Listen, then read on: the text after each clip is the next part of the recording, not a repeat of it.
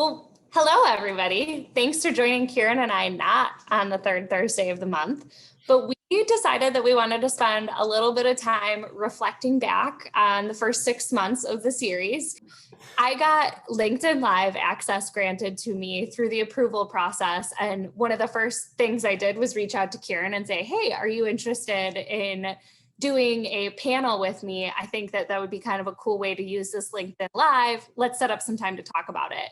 And we got on, and immediately Kieran was like, yes, of course, let's do it. Let's do it monthly. Let's call it the third Thursday. And the third Thursday is a week and a half away. Who are our first guests?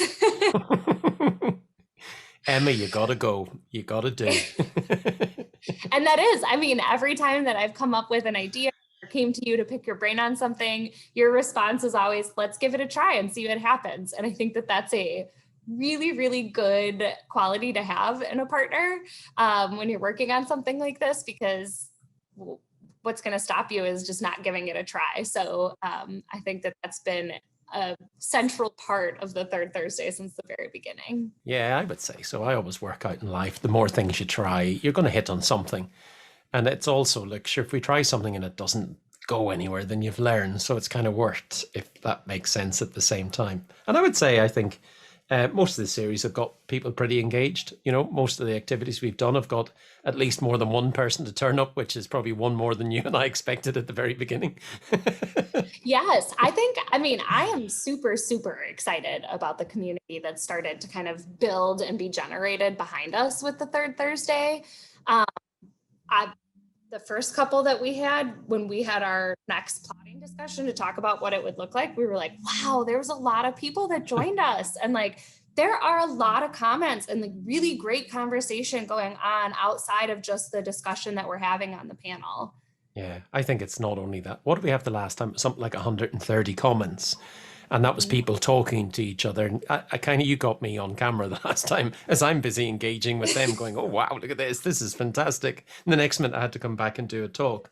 But it's also the friends you make out of those groups as well, because you start to see people now connecting and talking to each other.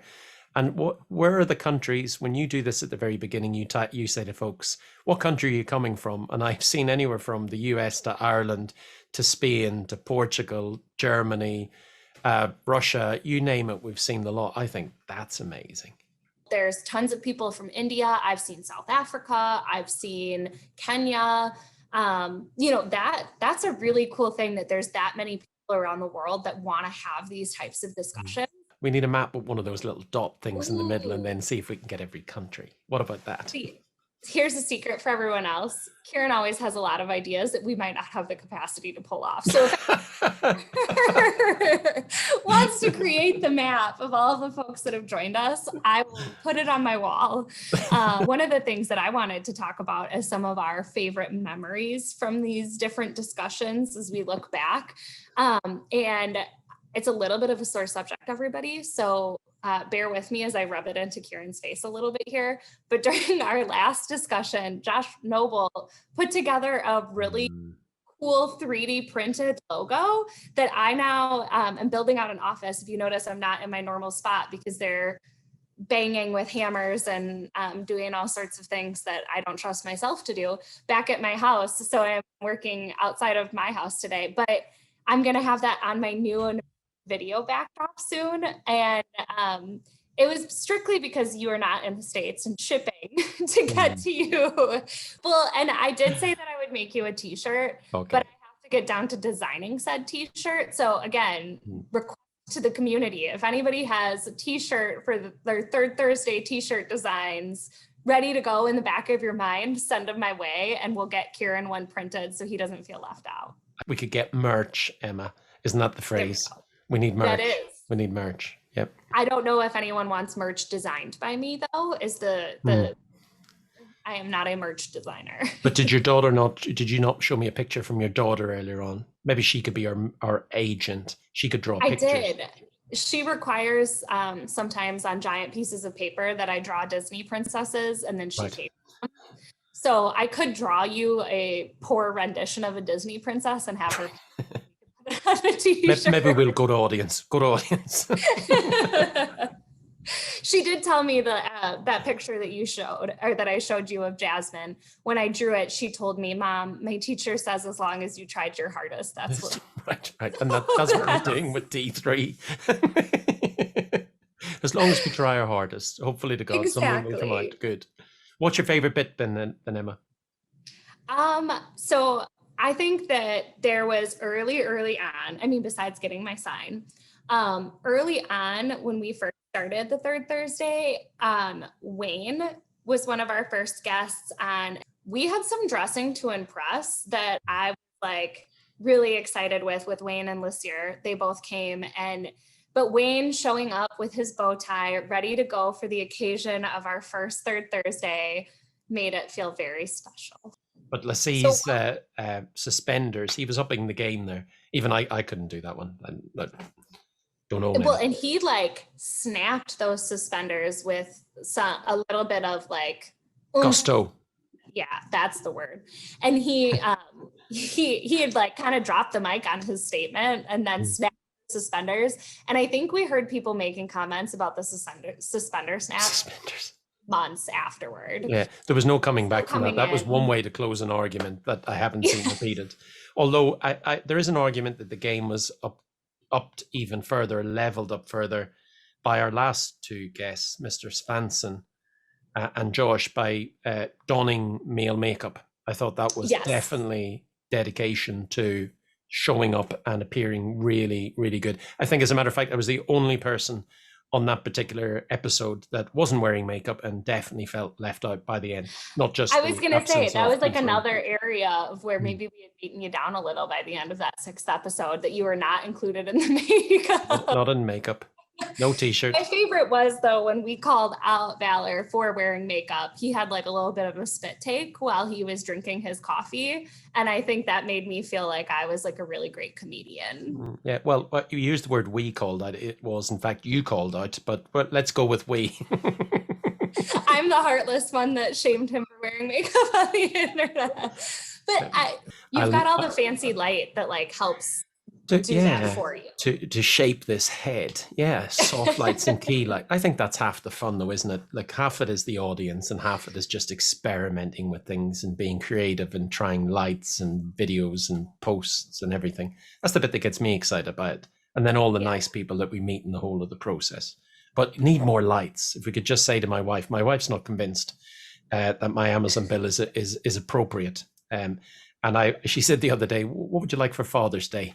Because it's Father's Day in Ireland in a couple of weeks' time. And I went, a new light. To which she went, no. It is still nerve-wracking for anybody. And I still, when we go live, I always have that little bit of jitter that comes like from in-person events. But I think that's my absolute favorite part of it, is knowing that the conversations that we're having, there are other people on the other end. Even if I can't physically see them, when the comments are coming in and people are interacting with us and asking questions, I know that they're there and I know that the conversation we're having is being heard. And that's so exciting to me. Yeah. I actually recently have gotten a message from Ryan Wakefield, who is a devoted T3 fan, and he suggested that we start looking at exploring having a group for the third Thursday. Ooh. So anybody that's watching, if that's something you're interested in, make sure you let us know. And Kieran and I can research into what that looks like and figure out what it would take to create and facilitate a group on LinkedIn to maybe encourage more of these discussions outside of just the video comments. Oh, although you and I have argued though, haven't we? In the nicest sense, 30 minutes every month kind of feels about right because it literally flies. No sooner have we started than it's finished. And you go, oh, is that? Oh, right. And a number of audience members who turn around and say it needs to be longer, we need more, kind of suggests that it's about the right length. Yeah, and specifically the episode with Katie and Andrew on AI, the amount of comments that we got at the tail end of that one of we want more of this conversation and their use cases and their knowledge in this space is what sparked the debate of, do we extend it? Do we leave it? But we think that fast-paced 30 minutes is the perfect bite size on a monthly basis to keep people interested and keep it exciting, but then give us more to talk about the next month. But it's so interesting. How many conversations do you and I have to get guests to organize the questions, to proof it, to do it for 30 minutes? I wonder if people recognize all the stuff behind the scenes, and then the cutting of the videos, and then the distribution of it, and then the advertising. I think must do about, for 30 minutes, we must do about 12 or 14 hours easily. Yeah. Our guests put effort in and thinking about the way that they want to, share their thoughts and promoting the event and all the rest of it too. So we always want to make sure that they're getting a piece of content that they can get some longevity out of as well. I wonder if our guests know as well, Emma, is there other things that they would like us to do to advertise the Third Thursday event? Because a lot of people turn up, but if a heck of a lot of people, I think you've looked at the stats afterwards, watch it afterwards, either the bite size or the video on YouTube or on LinkedIn or in the T3 page as well. I wonder what else they would suggest we do, because that has been the nice bit. We've asked the audience different times for their suggestion, because this should be a community, and a community isn't you and I broadcasting at them. It's everybody engaged and everybody involved in owning it. So it'd be interesting to see that one as well. So here's our one more plug for you guys have suggestions or ideas. Kieran and I, as I said, Kieran especially is always open to new ideas and new ways of doing things and trying new stuff. So please feel free to send us messages, like interacting with everybody. And again, it makes it all worth it for us to know that there are people that are interested and excited about the discussions that we're having. So when we take a look back at some of the other episodes, we talked about like our favorite joke. I got to rub your face into the sign again. But did you have any thoughts on like maybe what your favorite catchphrase of T3 so far has been? Yeah, it's hard to move away from Shield skilling me softly, isn't it? Like, I believe talent augmentation will be the new form of talent sourcing. Augmenting talent, or as I like to call it, skilling me softly, is an outcome of automation that we should never ignore. That was just, if there was a microphone and a bow tie twanged and a suspender twanged all at the same time, it was excellent. And I have to say, I look for those things all the time. The phrases that just make the content so meaningful. Skilling me softly was just an amazing thing, because it reminded me of the song and reminded me of that passion that I have for lifelong learning, and believe that the longer we live, the more careers that we'll have. And it is really, really key that everyone, educates and re-educates and re-educates to make themselves as valuable as possible. I think that was the one for me. What about for yourself? There's two that come to mind for me, and one is you, and then I'm going to pick on myself in terms of like, this is not like a great one, but during our first episode, when we were talking about the difference of all of these terms and what does it actually mean for somebody in a business who's trying to implement automation, you use the thinkity think, clickety click statement, and that always is in my head. And I've seen a number of people who joined us for that episode refer to it and tag you in it in different posts and comments and that type of thing. So I think that's got some longevity. And then to make fun of myself, Ian Barkin really has teased me for this one a couple of times too, but during our last episode, you dropped a mic on us at the end, and I thanked you for your philosophical thought nuggets. Philosophical. So I've started to adopt that a little bit more as well. I like it. Now the audience is going to look out for that in every episode. Now you've created a high bar, and you need one every single time. Other thought for you, and this is not in the joking side, but maybe has there been an episode where you feel like we had a really good debate in terms of like, a lot of times we have thoughts that build and conversations that roll really well, but I feel like, has there been any strong debates or disagreements? No, I don't think there's disagreements, because we're, when you look at the thought leaders in this industry, in this space, they've been around for many, many years. And it's a little bit of, I use the phrase, they get lucky by practicing hundreds and hundreds of hours of research, and what's that phrase, that the harder you try, the luckier you get. But no, there's been nothing like that. There's just been some great ideas that come out. Probably one of the people who put forward their ideas most forcefully, but I don't mean that in a negative sense, I mean that in a positive sense, was Lasse. He's very, very passionate about this space, and he's very, very passionate about, what's right and what's wrong in this space. And he is more often right than wrong. It was just the strength of his conviction and the strength of his beliefs in what he's talking about that really came across strongly. Then you don't do it. You don't get to scale that way. So let's stop talking about processes. I'm sick and tired of automating processes. I want to automate systems and data flows, because that's what it is. I have nothing more. I think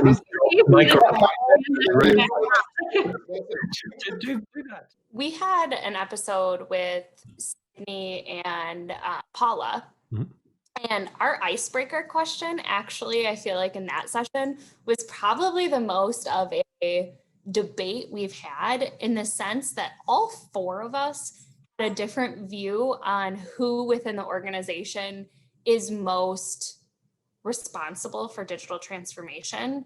Yep. And I could probably say that Paula's conviction that the CFO is the ultimate leader of digital transformation may rival Lassier's passion for how to scale automation. Kieran, this is not completely us disagreeing, right? Because the biggest budget item in an organization is human capital. And I think a lot of times folks have taken this concept of digital transformation, and instead of peeling it back and looking at what it really is, which is a digital workforce, ultimately, right? The introduction of a human capital investment in the form of technology, then the wheels can start turning about the collaborators that are important. I still firmly believe, though, that the CFO is in just the best position to be able to assess, analyze, and find out where a digital workforce would actually bring value to an organization. Because she's got all of her reasons. She has a super well thought out plan for why that should be driven that way. Your thought is more on the HR and people side. Sydney was talking about the business and more of the citizen development piece. And my view is like on the people side, but a little bit more customer driven. So kind of had these different variations. And we actually had somebody who wrote a pretty lengthy comment to us about the fact that there was not one person who's responsible. And my response back was, yeah, that's kind of the whole point, is we all had our different viewpoints on who should drive it. And they were all different and they were all right. But there was a debate of who kind of took the supreme rule of ownership there, which was kind of a fun way to start an episode, because a lot of times we're not necessarily doing a debate on the front end. And it was fun for me with that episode to have you be outnumbered, as opposed to having 3 females in the conversation and 3 Americans against the one poor little Irish. It's dreadful. They're very victimized. What did someone name that when there's all men and panel? A manel. That was last time we were talking about the all male panel being a mammal. A mammal or a manel. Yeah. I can't remember. I think Paula's argument wasn't as strong as Lasse's, purely because 1, I want a joker, but 2, probably Lasse was right, whereas in that episode I was right, and Paula just doesn't want to recognize that. Ooh, I can't wait to see her comments on that.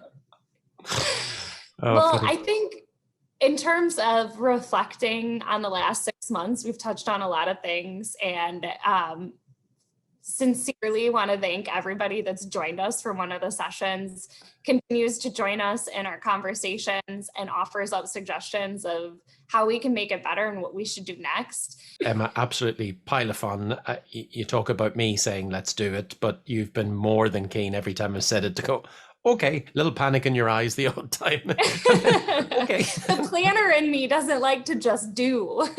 Let's just, as we say, look, we've another 6 months to go, so let's just do it and see how we get on, and hope to goodness everybody's as much fun doing this as you and I have. Yeah.